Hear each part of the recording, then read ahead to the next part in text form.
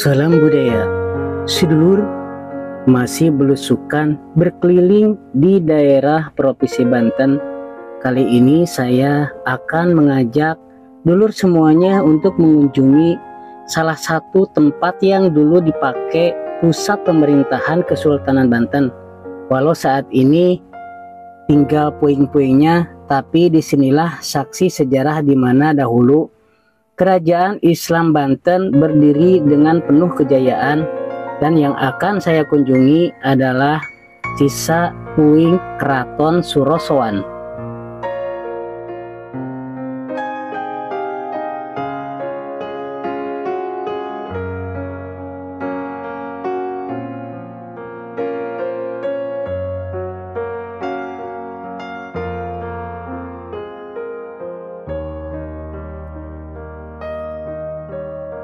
Keberadaan keraton dalam suatu kerajaan memegang peranan penting karena keraton merupakan bangunan inti suatu kerajaan yang berfungsi ganda, yaitu sebagai pusat kerajaan sekaligus pusat kota.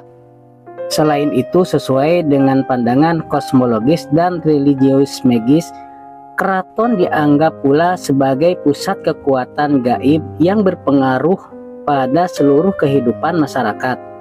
Keraton juga dipandang sebagai lambang kekuasaan raja dan merupakan tiruan atau replika alam semesta. Dengan demikian, apabila raja dianggap sebagai pribadi yang memusatkan kekuatan dan kekuasaannya, maka keraton merupakan institusi pendamping dalam proses pemusatan itu.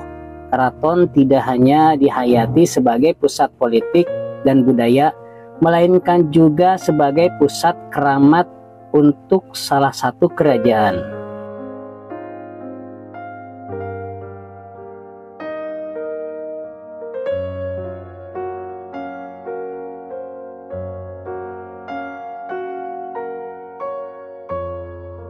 Sedulur, salah satu keraton di Indonesia yang memegang peranan penting dalam percaturan sejarah masa lalu, salah satunya adalah Keraton Surosoan. Keraton ini merupakan pusat dari Kerajaan Kesultanan Banten. Dalam perjalanan sejarahnya, Keraton Surosoan mengalami pasang surut. Keraton ini pertama kali dibangun pada masa Sultan Hasanuddin, yakni di masa tahun 1552 sebagai sultan pertama di Kerajaan Banten. Lalu kemudian hancur dan dibuat kembali oleh Sultan Haji di periode tahun 1680 sampai 1681 Masehi. Pada tahun 1808 Masehi, keraton ini mengalami hancur kembali oleh Belanda. Sejak saat itu, Keraton Surosoan hanya tinggal puing-puingnya saja. Sebagian besar sisa-sisa bangunan masih terpendam di dalam tanah, dan hanya sebagian kecil yang dimunculkan lewat beberapa kali ekskavasi yang dilaksanakan oleh Direktorat Perlindungan dan Pembinaan Peninggalan Sejarah dan Purbakala. Berdasarkan hasil penelitian tersebut, diketahui bahwa sisa-sisa bangunan yang menarik dan masih dapat diamati antara lain tembok keliling, struktur pondasi bangunan, struktur lantai, saluran air, kolam pemandian, dan sisa bangunan lainnya. Sisa-sisa Keraton Surosoan yang masih dapat diamati di lapangan saat ini adalah pada bagian tengah keraton, mulai dari dinding utara hingga dinding selatan. Sisa-sisa keraton itu berupa struktur bangunan bagian bawah seperti pondasi, lantai, jalan atau gang saluran, dan bangunan air. Dari sisa-sisa tersebut, ada yang masih jelas terlihat bentuknya, namun sebagian besar sudah tidak utuh lagi. Walaupun demikian, temuan ini tetap penting untuk dikaji dalam rangka mengungkapkan bentuk penataan dan fungsi ruang di dalam Keraton Surosoan.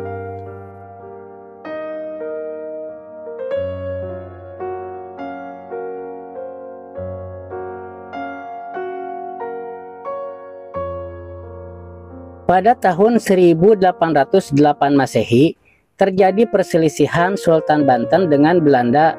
Pada tahun itu juga, Keraton Surosowan dihancurkan oleh Belanda di bawah pimpinan Daendeles. Penghancuran tersebut berlangsung hingga tahun 1832. Bahkan bangunan dari Keraton Surosowan banyak diambil untuk digunakan kembali pada bangunan Belanda lainnya, sehingga Keraton Surosowan yang ada sekarang ini merupakan sisa dari sisa-sisa kehancurannya. Dari analisis struktur bangunan juga diketahui bahwa Keraton Surosowan yang tampak sekarang ini dibangun secara bertahap. Tahapan itu terlihat pada gejala penambahan ruang, penutupan struktur untuk peninggian lantai. Dari analisis tata letak bangunan, khususnya struktur bangunan di dalam komplek keraton, diperoleh informasi terdapat kediaman sultan, bangunan untuk istri dan kerabat keraton, bangunan terbuka dengan tiang dan permadani rorodenok atau kolam dan balai kambang, kolam pancuran mas, siti luhur, made bahan, made mundu, made gayam, kandang kuda, dan tempat kereta kuda. Sedulur, secara keseluruhan, berdasarkan peta tahun 1900, tata letak Keraton Surosowan berbeda dengan Keraton Cirebon, Yogyakarta, dan Surakarta. Jika pada keraton di Cirebon, Yogyakarta, dan Surakarta terbagi atas 3 halaman, maka Keraton Surosowan secara garis besar hanya memiliki 2 halaman, di luar dan di dalam benteng. Di dalam benteng terdapat Istana Sultan, kolam Rorodenok, Datulaya, kolam Pancuran Mas, gerbang utara, dan gerbang timur. Sementara di luar benteng terdapat alun-alun, Watu Gilang, Masjid Agung Banten, bangunan Tiamah, Sri Manganti, Meriam Ki Amuk, dan Balai Dana. Sementara itu, berdasarkan analisis hubungan lokalisional dan fungsional diketahui bahwa semua struktur bangunan yang tampak sekarang saling berhubungan dan memiliki fungsinya sendiri-sendiri. Bangunan di dalam benteng sebelah kanan barat atau sektor A berkaitan dengan bangunan persenjataan dan pertahanan. Bangunan di depan gerbang sebagai bangunan utama atau kantor dan aktivitas sultan dan sebagai bangunan tenaga pendukung atau pelayan kerajaan, serta sebagai tempat kediaman kerabat sultan. Di sebelah timur sektor B terdapat kediaman sultan dan taman kolam Rorodenok dengan balai kambangnya di depannya. Bangunan-bangunan pada sisi selatan keraton berkaitan dengan penampungan air bersih, pemandian, dan bak pengaturan air kotor, serta sebagai bangunan karyawan keraton. Sedulur, itulah liputan Tatar Kahuripan kali ini. Walaupun Keraton Surosowan tinggal puing-puingnya, tapi disinilah saksi sejarah Kerajaan Kesultanan Banten berdiri dengan jayanya di masanya.